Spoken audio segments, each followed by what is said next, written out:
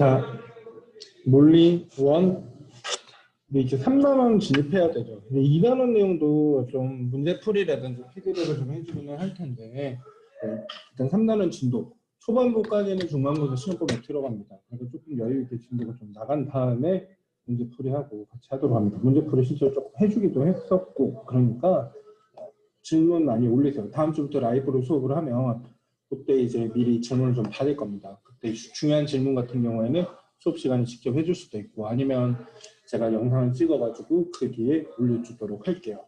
제가 수업하는 동안은 지금 PDF 완자 교재 떠 있는 동안은 선생님 얼굴이 구석탱이 조그맣게 나올 텐데, 그래도 우리 조금 뭐라 그래야 되지?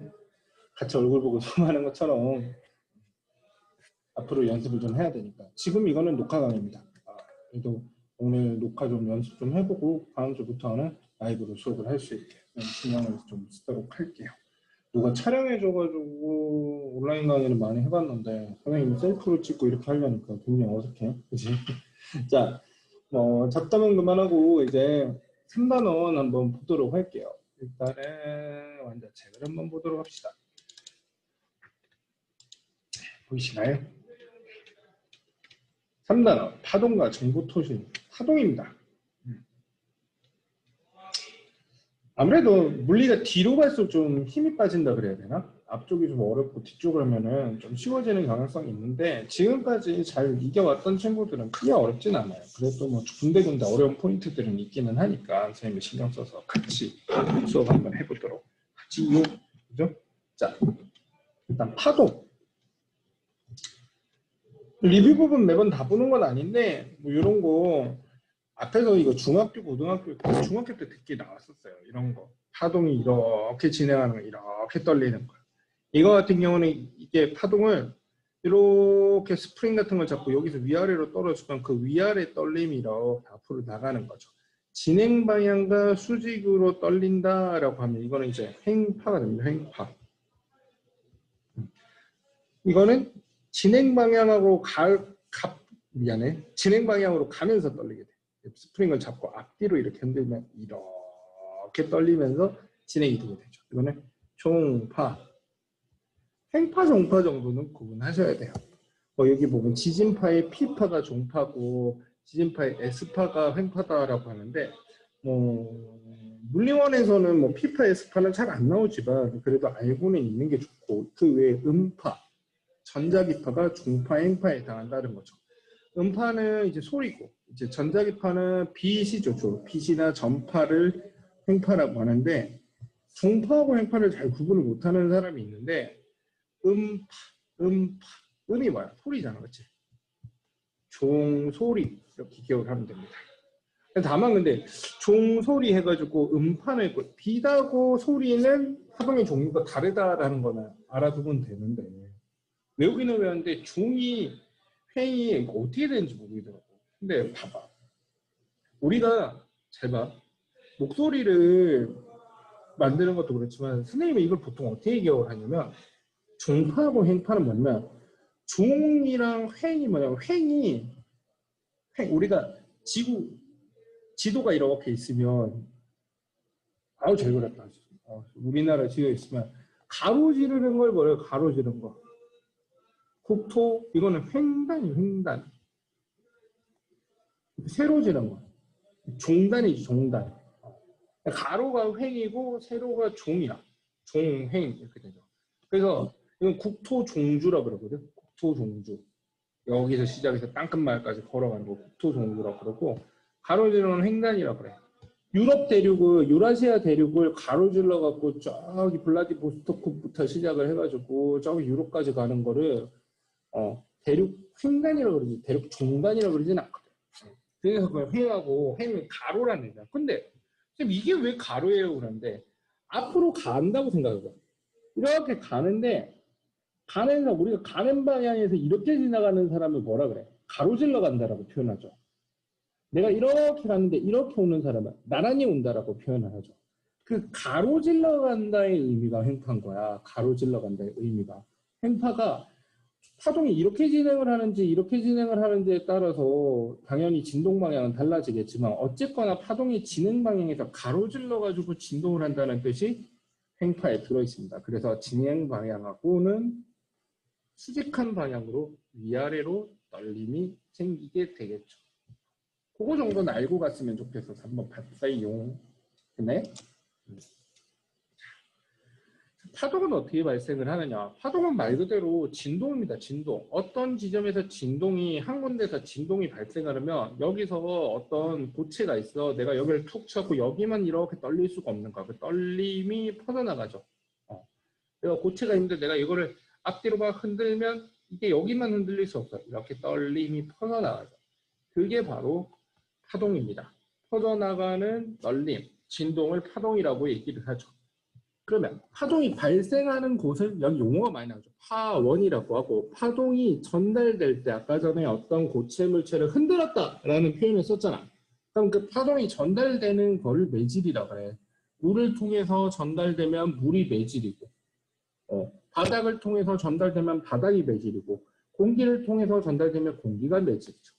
파동을 전달하는 물질은 매질이라고 합니다. 파동이 전파될 때는 에너지는 이동하지만 매질은 제자리에서 진동만 할 뿐이다 라는 거. 이게 무슨 말이지? 이거 되게 중요한 내용이야. 무슨 말이냐면 아까 전에 그림을 한번 볼게. 여기 보면 보시나요?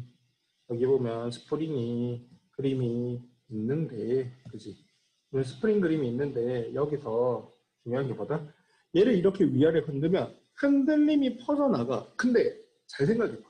여기 있는 스프링이 요 스프링 감겨있는 게 일로 앞으로 이동하는 게 아니야. 무슨 말인지 너 이해돼요? 내가 끈을 이렇게 있고 끈을 여기서 흔들면 여기 있는 끈을 작은 조각이라고 봤을 때 작은 조각이 연결해 봤을 때 이 조각이 앞으로 이동을 하는 게 아니야. 이 조각이 위아래로 흔들리니까 그 옆에 있는 조각이 위아래로 흔들어주고 전달돼서 위아래로 흔들림이 전달이 되는 거지. 이 매질이 앞으로 이동하진 않은 거야. 파동의 진행 방향은 이쪽이지만 매질은 그 자리에서 왔다리 갔다리만 하는 거야. 종파도 마찬가지입니다. 여기 이렇게 작은 조각으로 연결된 줄이 있다고 합시다. 이걸 내가 앞뒤로 흔들면 얘가 앞뒤로 흔들고 그게 앞뒤로 흔들고 흔들지만 제자리에서 흔들릴 뿐이지 얘가 앞으로 진짜 이동을 하는 건 아니야. 파동은 쭉 전달돼서 이동이 되겠지만 매질들은 그 자리에서 진폭만큼 왔다리 갔다리 흔들릴 뿐인 거죠. 됐나요? 근데 이게 은근히 중요해. 문제 풀 때 매질은 제자리에서 진동한다. 꼭 알고 있어야 됩니다. 파동과 함께 이동하면 안 돼. 파동과 함께 이동하지 않습니다. 파동과 함께 이동하지. 죄송해요. 뭐 업무 문자가 와가지고. 자, 쭉 읽어보세요. 그래서 파동의 종류가 거기 보니까 횡파, 종파 있는데 여기 또 나왔는데 왜 앞에서 설명하시냐고 할 수 있는데 이게 앞에서 중학교 때 배운 적이 있다라는 거를 강조를 하려고 하는 거야. 그래서 선생님들은 알고 있자고 넘어가실 수도 있어요. 파동의 표시, 파동의 요소가 있단 말이야. 우리가 물체를 다룰 때도 시간, 뭐 위치, 뭐 속력, 뭐 이런 거 많이 했었지. 속도, 뭐 이런 거 했었지. 파동도 이 안에서 요소가 많이 있단 말이야. 우리가 용어가 되게 많이 나와요. 일단 파장 나오지요, 진폭 나오지요, 그죠? 주기 나오지요, 진동수 나오지요. 여러 가지가 나온단 말이야. 그럼 이거 어떡하지? 이거 다 용어를 기억을 해야 되죠. 근데 가장 중요한 거는 보잖아. 선생님이 빈 페이지에다가 한번 설명을 해줄게. 화학 카메라 좀 써놨던 거고.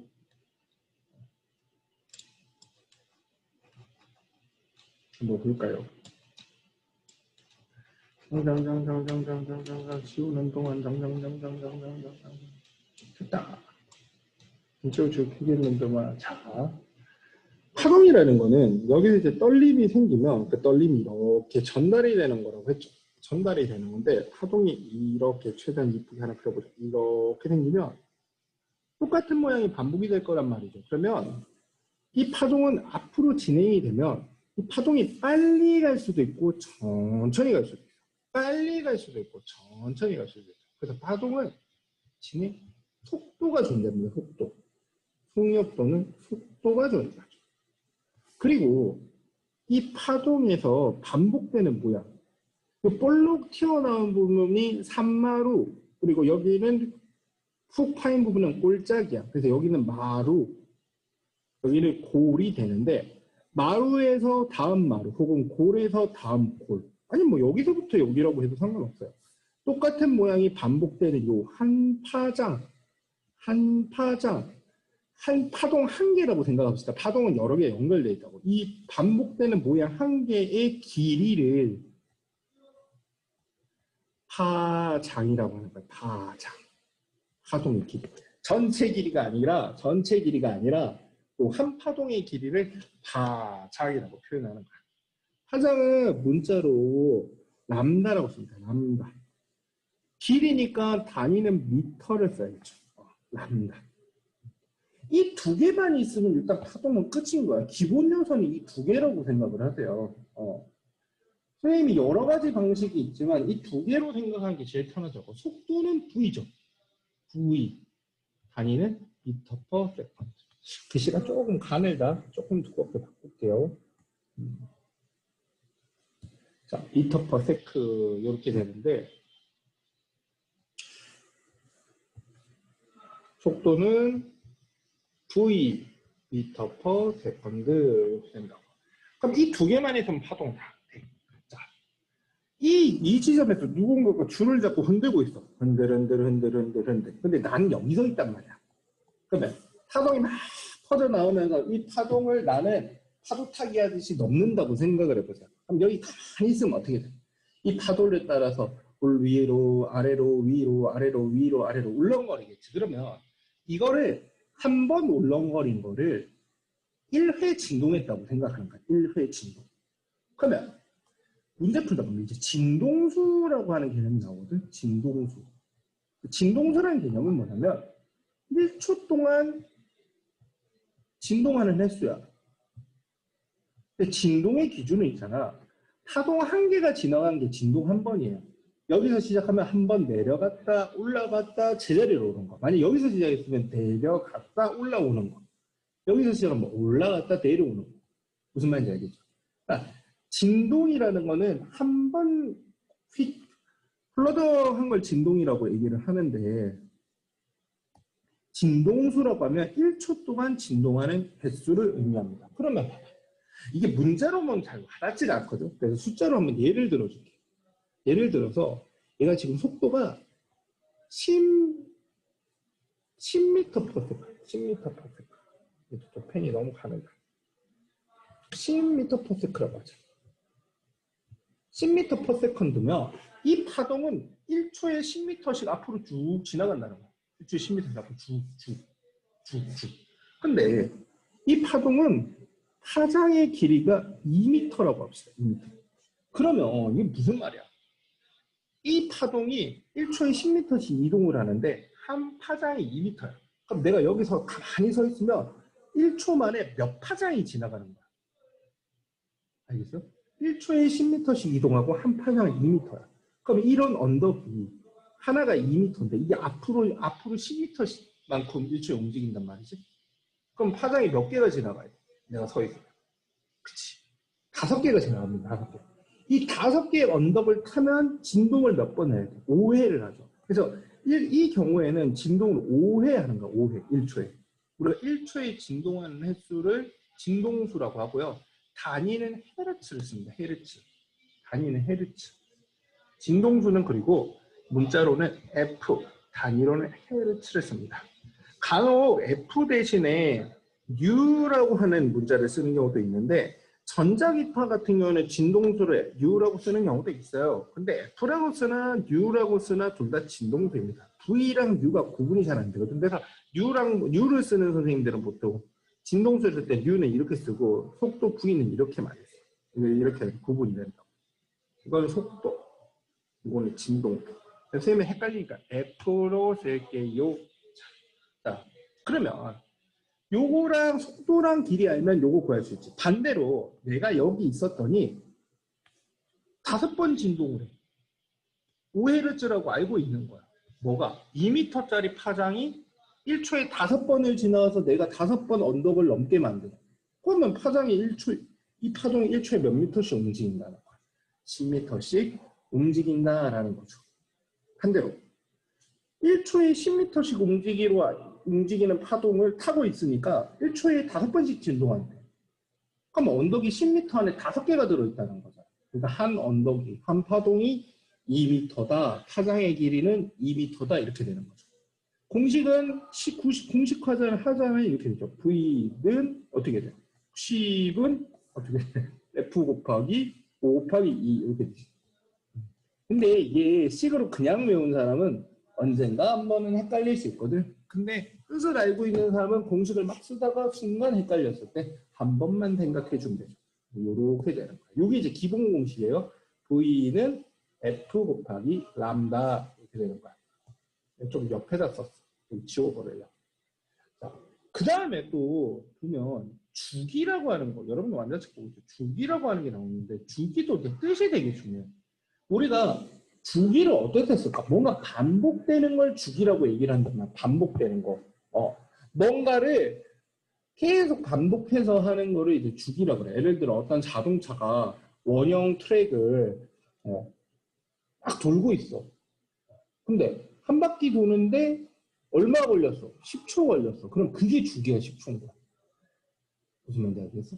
그러니까 주기는 뭔가를 반복적인 행동을 계속할 때 1회 반복하는데 걸리는 시간을 주기라고 하는 겁니다. 근데 이 경우에는 진동을 하잖아. 그렇지?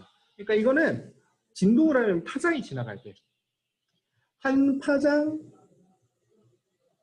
지나가는데 걸리는 시간이라고 생각을 하세요. 혹은 한 파장 지나간다는 거는 1회 진동하는 거잖아. 1회 진동하는데 걸리는 시간 이렇게 생각하면 됩니다. 그러면 1초에 10m씩 이동하는데 얘는 한 파장이 2m야. 그러면 1초에 10m씩 지나가니까 2m 지나가는 데는 얼마면 돼? 5분의 1초면 되죠. 이 경우에는 주기가 5분의 1초, 즉 0.2초가 되는 겁니다. 근데 잘 보면 진동수하고 주기가 말이 되게 비슷해. 이거는 1초 동안 진동하는 횟수고 얘는 1회 진동하는데 걸리는 시간이야. 비슷하지? 1초당 진동하는 횟수. 얘는 1회 진동당 걸리는 시간. 되게 비슷하지? 그치? 원래 얘네 둘은 그래서 역수관계예요. 역수관계이다. 그렇기 때문에 F는 주기는 보통 시간에 쓰고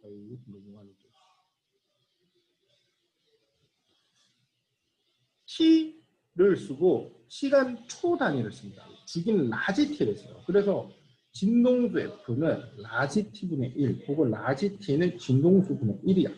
근데 공식으로 외우는 것도 당연히 필요하죠. 문제를 깔끔하게 풀려면. 그렇지만 그것보다 더 중요한 건 뭐냐? 진동수하고 주기는 서로 역수관계인 이유가 하나는 어떻게 돼? 1초 동안 파동이 지나가는 횟수. 하나는 어떻게 돼? 한 파장이 지나가는데 걸리는 시간. 이런 의미야. 이거 되게 많이 헷갈려요. 그럼 기본 공식은 이렇게 되는데 요거를 이용하려면 공식이 업그레이드 되죠. V는 T분의 어떻게 돼? 람다 이렇게 바뀌게 되죠. 셈은 주로 속도, 파장 이렇게 해서 진동수 찾고 주기로 갑니다. 물론 이거 2개 나와 있다는 법은 없지. 다른 거 나와 있으면 거꾸로 돌아가죠. 셋 중에 보통 2개 있으면 나머지 하나를 잡는데 진동수랑 주기가 동시에 나와 있어 봐요. 의미 없어. 지금 녹화됐어요? 진동수하고 주기의 역수관계까지 해서 컴퓨터가 잠깐 멈췄어요. 미안. 진동수하고 주기는 역수관계다 보니까 이 2개를 동시에 알려주면 의미 없어. 둘 중에 하나 알려주고 나머지 하나. 그러면 나머지 하나를 구할 수 있어요. 예를 들어 진동수랑 속도 알려주면 파장을 알려주고 파장하고 속도 알 수 있으면 진동수 알 수 있고 진동수를 알면 주기가 알고 이렇게 되죠. 삼각형 트라이앵글이 된다는 거 꼭 알고 있어야 sin x 이렇게 있으면 화면이 풀렸다. 잠깐만.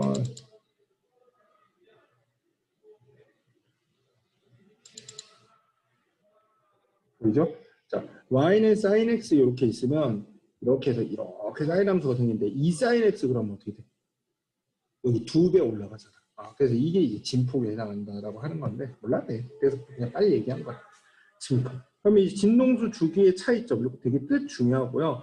파장, 한 파동의 길이입니다. 그리고 뭐가 있어야 된다고? 속도가 있어야 된다라고 얘기를 했죠. 다 있습니다. 자, 그다음 문제에서 이제 파동 그래프가 나올 건데 똑같이 생긴 그래프가 이렇게 두 개가 나오는 경우가 있어요. 하나만 나올 때도 있어요. 근데 이 변이 위치 그래프가 있고 변이 시간 그래프가 있는데 변이 위치 그래프는 뭐냐면 파동이 막 앞으로 가고 있을 거야. 이거는 시간을 정지시킨 거야.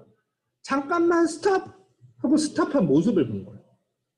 그러면 딱 눈에 보이는 거야. 그냥 파동 보이는 모양 그대로를 본 거예요. 그래서 이 언덕부터 언덕까지가 거리가 이만큼이니까 이게 파장이 되는구나라는 걸 알 수 있죠.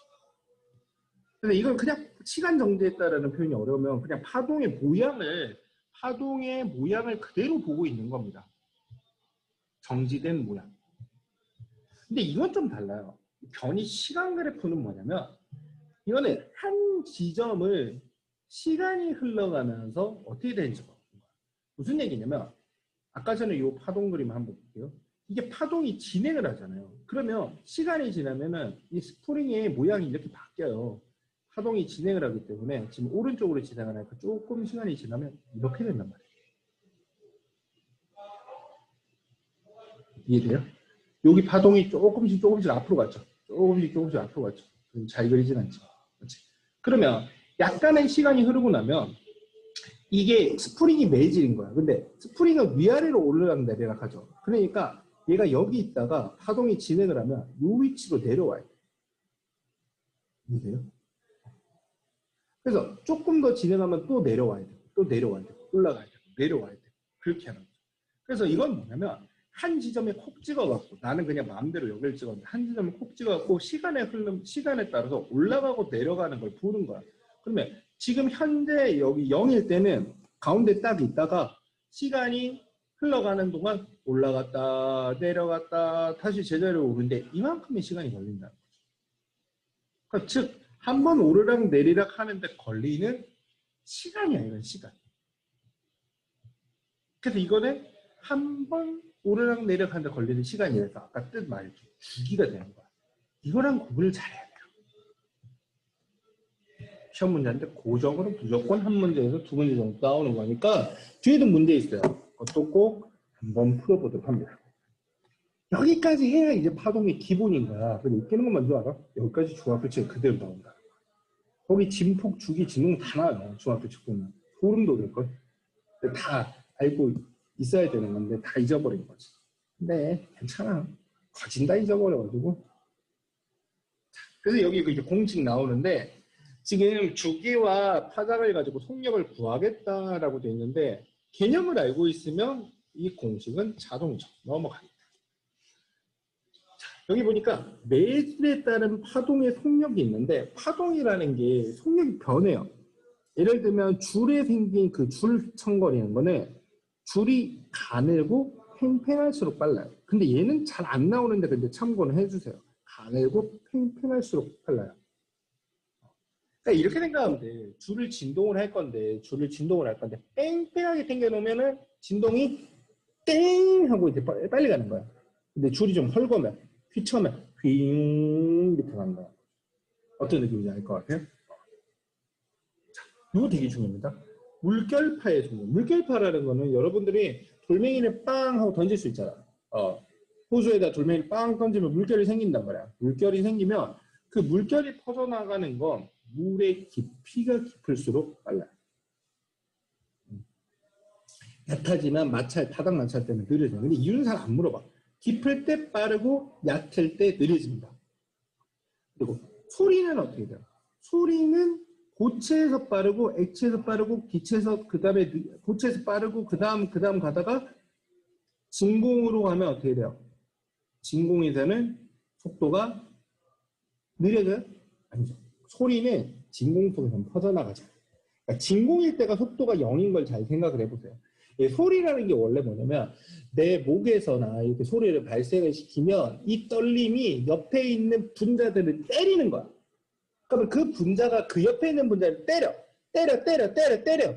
그래 전달이 되는 거예요. 근데 고체 상태일 때는 입자가 다다다닥 붙어 있잖아요. 그러니까 전달이 빨라요. 근데 기체 상태일 때는 내가 목으로 분자를 흔들면 걔네들이 날아가서 옆에 있는 분자를 막 흔들면서 가고 탁 때려줘야 돼. 이어달리기처럼 가가지고 탁 바톤 터치를 해줘야 돼. 그러니까 기체일 때는 분자 사이 거리가 멀어서 속도가 느려져요. 진공일 때는 어떻게 돼? 때려줄 분자가 없으니까 안 퍼져나가죠. 그렇죠? 그리고 요거 되게 중요합니다. 공기는 온도가 높을수록 빠르다라고 되어 있는데 그건 뭐냐면 아까도 얘기했지만 기체 분자가 가가지고 달려가고 옆 분자를 때려줘야 되는데 온도가 높아야 빠르거든. 빨리 날아가거든. 그래서 그래요. 꼭 알고 있어야 돼요. 엄청 중요합니다. 엄청 중요해요. 어떻게 된다? 소리의 속력은 어디에 제일 빠르다? 고체에서 제일 빠르고 액체에서 좀 느리고 따뜻한 공기가 조금 더 빠르고 차가운 공기는 더 느리다라고 했어요. 그리고 진공에서는 퍼져나가지 않는다. 속도 0이죠. 이렇게 되는 겁니다. 그다음 굴절 많이 들어봤죠. 중학교 때도 굴절은 나오긴 나와요. 블록렌즈, 오목렌즈 나오는데 그때는 굴절의 원리가 안 나오고 그냥 굴절한다. 뭐 굴절해갖고 이 빛이 어디로 가겠느냐 주로 이게 나오게 되죠. 파동은요. 우리가 이제 매질이 변하면 속력이 변하면서 굴절을 하게 되는 거예요. 속력이 변하면서 굴절을 한다라고 얘기해요. 여기도 나와 있어요. 속력이 달라져서 진행 방향이 바뀐다라고 되어 있는데 가장 간단한 거는 이걸로 많이 설명을 합니다. 달려가다가 자동차가 달려가는데 자동차가 아스팔트에서는 타이어가 바닥에 쫙쫙 붙어가지고 빨리 갈 수 있는데 잔디밭에서는 바퀴가 헛돌거든. 그러니까 느리게 간단 말이야. 근데 이렇게 진행을 하는데 오른쪽 바퀴가 먼저 진입을 하면 오른쪽 바퀴가 헛돌면서 왼쪽 바퀴가 이렇게 빨리 가는 거야. 그러니까 어떻게 돼? 오른쪽 바퀴 헛돌아서 얼마 못 가는 동안 왼쪽 바퀴 확 가버리니까 어떻게 돼? 휙 하고 꺾여버리죠. 이거를 이렇게 생각하면 어렵고 항상 이렇게 생각해요. 느린 쪽으로 꺾인다라고 생각합니다.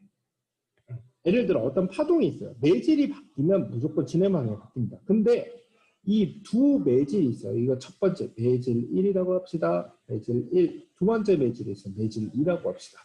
두 가지 매질이 있는데 파동이 이렇게 진행을 하다가 매질이 바뀌는데 입사, 이 두 매질 사이에서 입사를 하는데 이렇게 수직하게 입사하면 이런 경우는 굴절을 안 해요. 근데 이제 비스듬하게 갔을 때가 문제야. 비스듬하게 가면 조각도 그대로 가는 게 아니라 꺾이게 된다는 거. 어디로? 일로 꺾이든지 이쪽으로 꺾이든지. 그럼 너무 무거워. 조금만 수정할게. 이렇게 가서 이렇게 가게 되면 그대로 가는 게 아니고 어떻게 돼?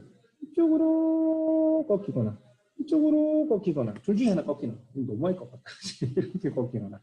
근데 이게 진짜 파동에서 중요한 건데 까닭보다 이게 더 중요해요. 느린 쪽으로 꺾인다. 느린 쪽으로 굴절한다. 이게 엄청 중요해. 이 단어에서. 엄청 중요해. 엄청 중요해. 느린 쪽으로 굴절 엄청 중요해. 엄청 중요해. 느린 쪽으로 굴절. 기억해 두세요. 자, 그건 무슨 말이냐면 매질 1에서 매질 2로 진입을 했는데 매질 2에서 얘가 더 느려져. 그럼 어떻게 되면 위쪽에 빨라요? 아래쪽에 빨라요? 위쪽에 빠르고 매질 2에 들어가서 느려졌잖아요. 그럼 예를 들어서 빨간색으로 하자. 여기가 빠르고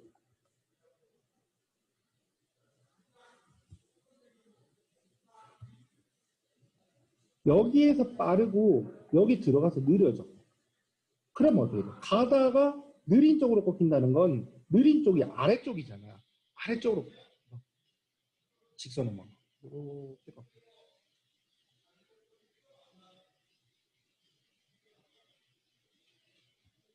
만약에 여기에서 진행할 때 느렸고 여기 가서 빨랐다면 느린 쪽이 어디냐면 위쪽이 느린 거야. 그러니까 이렇게 안 가고 위쪽으로 원래 진행. 이해돼요? 느린 쪽으로 꺾입니다. 그렇다고 위로 튀어나간다는 건 아니고 느린 쪽으로 꺾인다. 이거 굉장히 중요합니다. 느린 쪽으로 꺾인다. 이것만 알아도 문제는 나.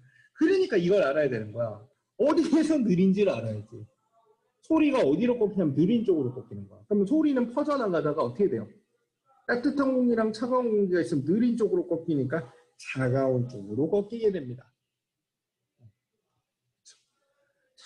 요 그림 되게 중요합니다. 잘 나오죠? 뭔 그림이지? 뭔 그림이야? 처음 보는 사람들이 뭔 그림인가 싶은데 이거 뭐냐면 물결파예요. 물결파. 물결파라고 하는 건 뭐냐면 이런 거야. 여기다가 물을 갖다 놓고 여기다가 막대기 같은 걸 놓고 퉁퉁퉁퉁퉁 쳐. 하면 어떻게 돼? 옆에서 보면 이런 식으로 파도 치듯이 물결이 퍼져나갈 거 아니야. 그죠? 그걸 위에서 쳐다보고 있는 그림이 이거예요. 쳐다보고 있는 그림. 이해돼요? 물결을 위에서 쳐다보니까 올라온 부분이 있고 내려간 부분이 있고 올라온 부분이 있고 내려간 부분이 있을 거 아니야. 그거를 위에서 보면 정확하게 위에서 보면 줄무늬처럼 보이는 거야. 이렇게. 이해됐어요? 그러니까 이렇게 줄무늬가 있는 건 물결이 지금 이쪽 방향으로 가고 있다는 거야. 그러면 이건 뭐냐면 물결이 지금 이렇게 있잖아. 그러면 파동이 이렇게 가고 있다라는 거야. 여기는 물결이 이렇게 돼 있잖아. 이 물결의 수직한 방향으로 이렇게 파동이 진행을 하고 있습니다. 라는 거예요. 이해돼요? 그래서 그 빨간 선이 갑자기 왜 나왔냐면 이런 뜻인 거예요. 됐죠? 파란 선은 보조선을 꺼줘서. 항상 이 그림 나오면은요, 이런 빨간 보조선이 안 남아 있어요. 이거 보고, 아, 이게 지금 물결이 이렇게 가고 있구나. 얘는 이렇게 가고 있구나라는 걸 잘 알아줘요. 이해됐어요? 자, 근데 지금 물결이 이렇게 가다가 꺾였어. 근데 어떻게 돼? 지금 가다가 위로 꺾인 거야? 아래로 꺾인 거야? 가다가 일로 꺾인 거잖아. 그치? 이쪽이 느린 쪽인 거야. 이 빠른 쪽이. 근데 아까 뭐라 그랬냐면 물결파는 깊을수록 빠르다 그랬으니까 여기가 깊은 곳, 여기가 얕은 곳. 이렇게 되는 거야. 이거 잘 물어보겠지. 매일 첫 번째랑 두 번째에서 어디가 깊었냐, 어디가 얕았냐 이거 자꾸 물어볼 거란 말이지. 정확하게 알고 있어야 됩니다. 근데 그때 그 꺾인다까지 개념만 하면 참 좋은데 살짝 계산 문제가 나. 살짝 많이는 안 나오고 살짝 계산할 수 있는 여지가 하나 있는데 그게 요거예요. 요거. 공식. 뒤에라면 사람 이름도 나와.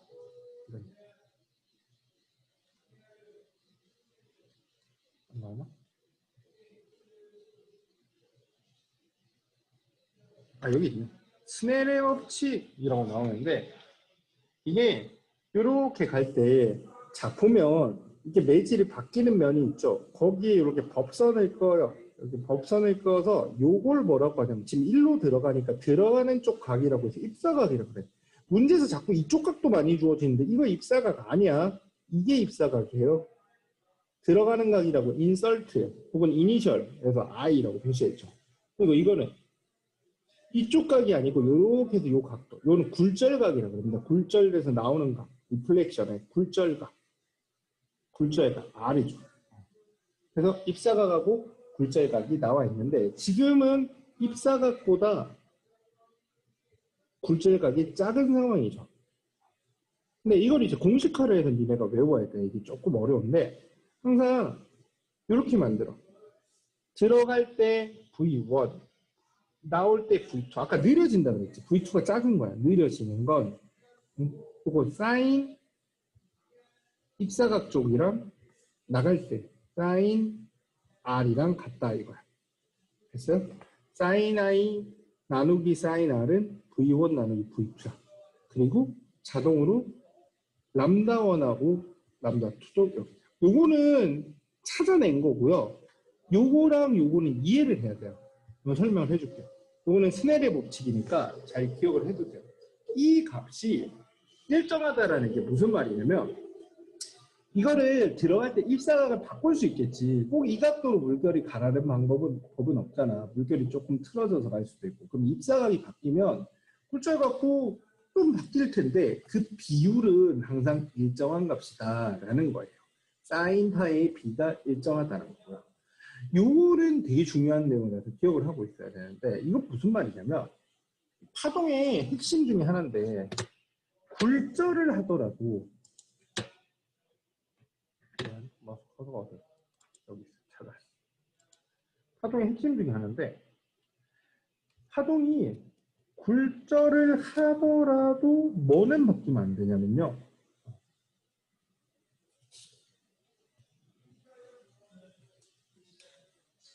굴절을 하더라도 진동수는 변하지 않아요.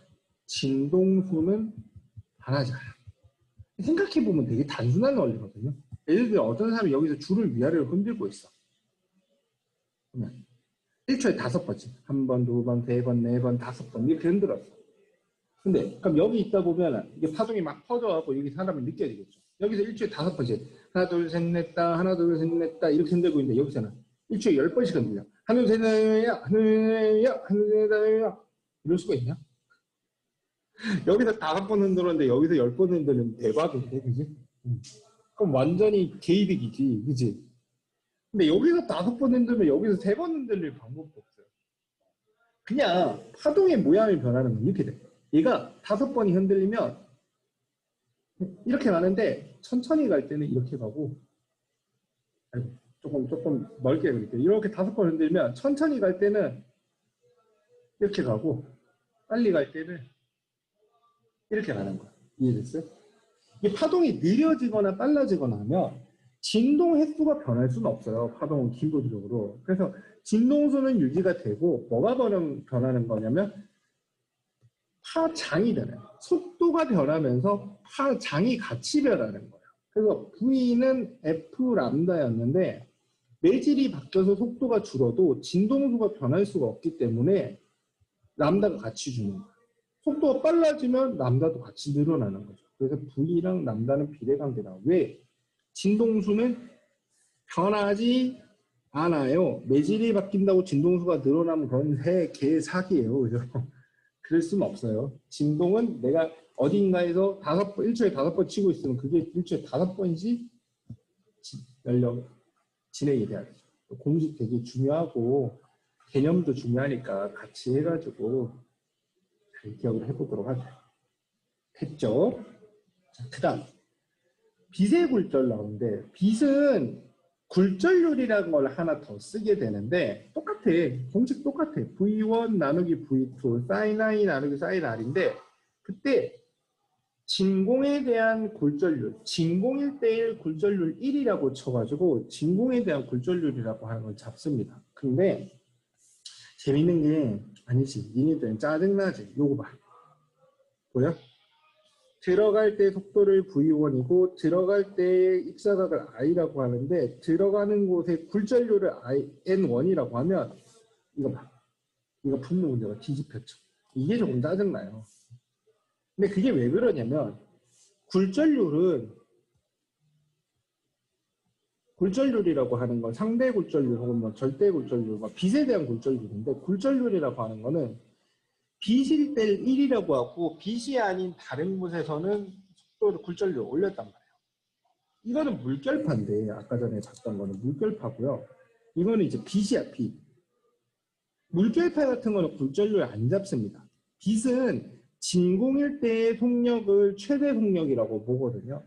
간혹 앞에서 공부를 너무 열심히 어설프게 잘한 거야. 아인슈타인이 빛의 속도는 변하지 않는다고 했는데요. 근데 그거는 빛의 속도가 관측자의 상태에 따라서 달라지지 않는다는 거야. 빛은 진공 속에서의 빛의 속도는 관측자의 위치에 따라 달라지지 않는다는 거고 매질이 변하면 빛의 속도는 변해요. 진공일 때가 방해받지 않기 때문에 제일 빨라요. 소리는 매질이 필요해서 그런 거고 빛 같은 경우에는 매질이 필요가 없기 때문에 바로 뒷장에 나옵니다. 그게 쓸 필요가 없어요. 이게 진공일 때가 빛은 자기 자신이 매질이고 매질이 필요가 없어요. 현대과학에서는 광자 자체가 진동의 매질이라고 봅니다. 그래서 진공일 때가 굴절률이 제일 높고 속도가 이쪽으로 갈수록 느려지는 거야. 지금 보니까 어떻게 돼요? 속도가 어떻게 돼요? 진공일 때가 제일 빨라서 굴절률이 작은 거예요. 공기에는 약간 방해해서 속도가 느려져서 굴절률이 커지고요. 물일 때 좀 더 느려지고요. 유리일 때 더 느려지고요. 다이아일 때는 더더더 느려집니다. 소리랑은 정반대입니다. 소리는 고체일 때 빨랐죠. 빛은 완전 정반대예요. 그러다 보니까 이게 속도하고 굴절률이 반비례 관계가 되는 거야. 속도를 빠른 매질을 굴절률을 작게 잡았기 때문에 그런 거거든. 그래서 여기가 뒤집히는 거야. 뒤집히는 거. 이거 조심하면 안 돼요. 조심해야 돼요. 굉장히 조심해야 돼요. 이 값을 매질 1에 대한 매질 2의 굴절률이라고 얘기를 합니다. 매질 1에 대한 2의 굴절. 1에서 2로 진행을 할 때. 1에서 2로 진행할 때. 근데 웃기는 거는 숫자는 n1분의 n2야. 이렇게 잘 안 물어보지만 계산을 할 일이 있기 때문에 조금 조심해야 합니다. 했죠? 넘어갑시다. 그래서 여러 가지 매질에서 빛의 속력과 굴절률을 보면 빛이 공기에서 가다 물로 가면 공기보다 물이 느려지거든. 느린 쪽으로 꺾인다 그랬잖아. 가다가 느린 쪽으로 꺾인 거야. 공기 유리 있으면 유리가 느리거든. 그래서 가다가 느린 쪽으로 꺾인 거야. 공기 다이아몬드도 다이아가 느리거든. 가다가 꺾인 거야. 다만 다이아몬드일 때가 훨씬 더 많이 꺾인 이유는 더 많이 느려지고 굴절률이 훨씬 더 크기 때문이다 라고 하는 거죠. 다 했어요. 읽어보시면 이제 무슨 말인지 압니다. 요거는 그림 처음 보면 이해가 잘 안 되는데 이게 무슨 말이냐면 얘는 지금 물결파가 이렇게 진행을 하고 있는 거예요. 근데 유리판을 놓은 데는 물이 어떻게 되냐면 수조에다 이렇게 해서 물결이 이렇게 진행이 되고 있는데 여기에다 유리판대기를 놓았다는 거야. 그러니까 유리판이 있는 곳은 얕은 곳이고 없는 곳은 깊은 곳이에요. 그 얕은 곳에서 느려지죠. 그래서 이게 이렇게 가다가 이렇게 똑바로 진행을 못하고 여기서 느려지니까 느린 쪽으로 이렇게 꺾인 거야. 이렇게. 보이세요? 이 꺾인 그림이니까 받으시면 돼요. 생활 속의 굴절 현상 다 외워야 되고 알아둬야 되죠. 신기로는 뭐 조금 설명해 줄게요. 요것도 잘 나옵니다. 요게 해안선 근처로 가면 여기가 얕아지죠. 얕아진 쪽으로 느려지기 때문에 얕아진 쪽으로 휘게 돼요. 요쪽은 깊고 여기에 얕아요. 그래서 이렇게 휘는 거야. 이쪽은 어떻게 돼? 이쪽은 깊고 이쪽이 얕은 거야. 이렇게 휘는 거죠. 땅에 가까운, 무태 가까운 곳이 얕죠. 그렇게 되는 거고, 볼록 렌즈, 오목 렌즈 읽어보면 되는 거고, 아까 전에 그 공기, 우리가 그 말 있잖아요. 낱말은 새가 듣고 반말은 쥐가 듣는다가 소리가 따뜻한 공기에서 더 빠르거든. 따뜻할 때가 더 빠르다 보니까 따뜻한 쪽에서 느린 쪽으로 꺾인단 말이야. 차가워져. 그런데 낮에는 바닥이 잘 데워지기 때문에 여기가 따뜻하고 여기가 차가워요. 위로 올라가죠. 그래서 소리를 아 하고 소리를 지르면 어떻게 돼? 이렇게 퍼져가 낮에. 밤엔 아래쪽이 지면이 빨리 식죠. 차갑고 위가 상대적으로 덜 식어 따뜻해. 그래서 소리가 아래로 깔려요. 밤에는 소리가 퍼져나가지는 않고 웅엉웅엉 모이기가 쉬우니까 밤이 좀 시끄럽다고 느끼죠. 잘 퍼져나가잖아. 이게 제일 이해가 안 되는 거라서 이거는 보여줄게요. 물속에서 꺾여 보이는 연필. 꺾여 보인다는 거는 잘 알죠. 근데 이게 왜 꺾여 보이는지 설명을 하는 건데 이게 우리 눈에는 어떻게 되냐면 이 연필 끝에서 오는 빛이 눈으로 이렇게 직접 오지를 못하고 그죠? 굴절이 되니까 느린 쪽으로 꺾인다 그랬으니까 어떻게 돼요? 빛은 물에서 더 느리죠. 그러니까 오다가 느린 쪽으로 이쪽으로 꺾이게 됩니다. 오히려 이렇게 오는 빛은 그러니까 이 연필에서 그냥 눈으로 오던 빛은 꺾여가지고 못 와요. 그죠? 오히려 어디서 오는 빛이 오냐면 이렇게 가려던 빛이 이렇게 꺾여서 와요. 근데 우리 눈에는 어떻게 되냐면 연필의 위치가 빛이 여기서 와서 꺾여서 왔다고 인지를 하는 게 아니고 여기서 왔구나라고 생각을 하기 때문에 연필 끝이 여기 있다고 보이는 거야. 그럼 어떻게 돼? 실제의 깊이보다 더 얕은 곳에 있다라는 거죠. 그리고 연필이 이렇게 위로 꺾여서 보인다라는 거야. 이 신기로는 뭐냐? 신기로는 시험에도 잘 나오니까 잘 봐두면 얘가 자동차에서 나오는 빛을 우리 눈에 들어와야 보죠. 근데 빛이 퍼져나가다가 찬 공기랑 따뜻한 공기가 있으면 빛도 마찬가지로 공기의 온도에 따라 다른데 진공보다는 어떻게 돼요? 따뜻한 공기에서 조금 느려져요. 차가운 공기에서 더 느려지고요. 근데 지면이 굉장히 뜨거운 거야. 그래서 어떻게 되냐면 이쪽으로 퍼져나가던 빛이 이렇게 찬 쪽으로 휘신단 말이죠. 그럼 우리 눈에는 어떻게 되냐면 이렇게 오는 빛이 보이는데 사실 빛이 이렇게 왔다라고 인지를 하는 게 아니고 여기서 왔다라고 생각을 하는 거예요. 그래서 마치 여기에 자동차가 있는 것처럼 보여요. 여기 보면 이런 식으로 마치 밑에 누가 물 뿌려놓은 것처럼 밑에 자동차하고 뭐 이건 오토바이인가 하나 더 보이는 거죠. 그게 뭐냐면 빛이 이렇게 가다 이렇게 오는 거야. 이게 오아시스 신기루 현상이 사막에 오아시스가 있다고 착각을 한다라고 많이 하는 이유가 사막에도 여러분이 오해하는 게 나무 같은 건 가끔 있거든. 근데 멀리서 나무가 있는데 밑에 나무가 밑에 비쳐 보여. 그러면 어떻게 돼? 대부분 사람들 목은 마르고 밑에 호수가 있구나. 아, 조그만 물웅덩이라도 있구나 라고 생각을 한단 말이죠. 막 뛰어가 힘 다 빼고 가는데 아무것도 없어. 물론 물이 있을 수도 있겠지만 아무것도 없어. 그러면 아, 우리는 환상을 봤구나, 신기루를 봤구나 라고 하는데 별거 없습니다. 이렇게 되는 거야. 근데 극지방에서는 어떻게 되냐면 반대야. 여기 아래쪽이 차고 찬 바다에서 떨어져 있는 공기가 오히려 따뜻해. 그러니까 찬 쪽으로 휘기 때문에 차가운 공기가 느려서 휘기 때문에 이렇게 우리가 직접 오는 것도 보이지만 이렇게 퍼져나가던 게 이렇게 보이는 거야. 그러면 이렇게 오는 건 우리 눈에 커브 터서 본 게 아니고 이렇게 왔다라고 생각을 하는 거야. 마치 얼음이 빙산 위에 빙산이 하나 더 있는 것처럼 보이죠. 차 밑에 차가 있는 것처럼 보이듯이 이건 빙산 위에 빙산이 있는 것처럼. 그래서 이렇게 위에 떠 있는 것들이 보이는 이유가 그런 겁니다. 그렇죠?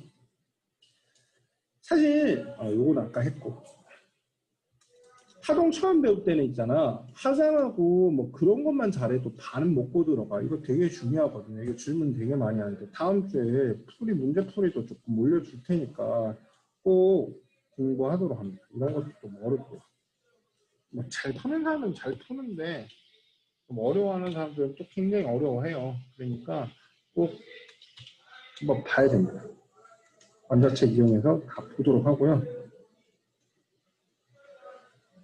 요거 중학교 책부터 되게 잘 나오는 건데 요거 한번 고민을 해보세요. 다음에 생각나면 문제 풀어주도록 할게요. 됐죠? 이렇게 해서 하동의 기본까지, 하동의 굴절까지 수업을 끝내도록 했습니다. 쉬었다가 뒤에 내용들 수업 듣도록 합시다. 고생하셨어요.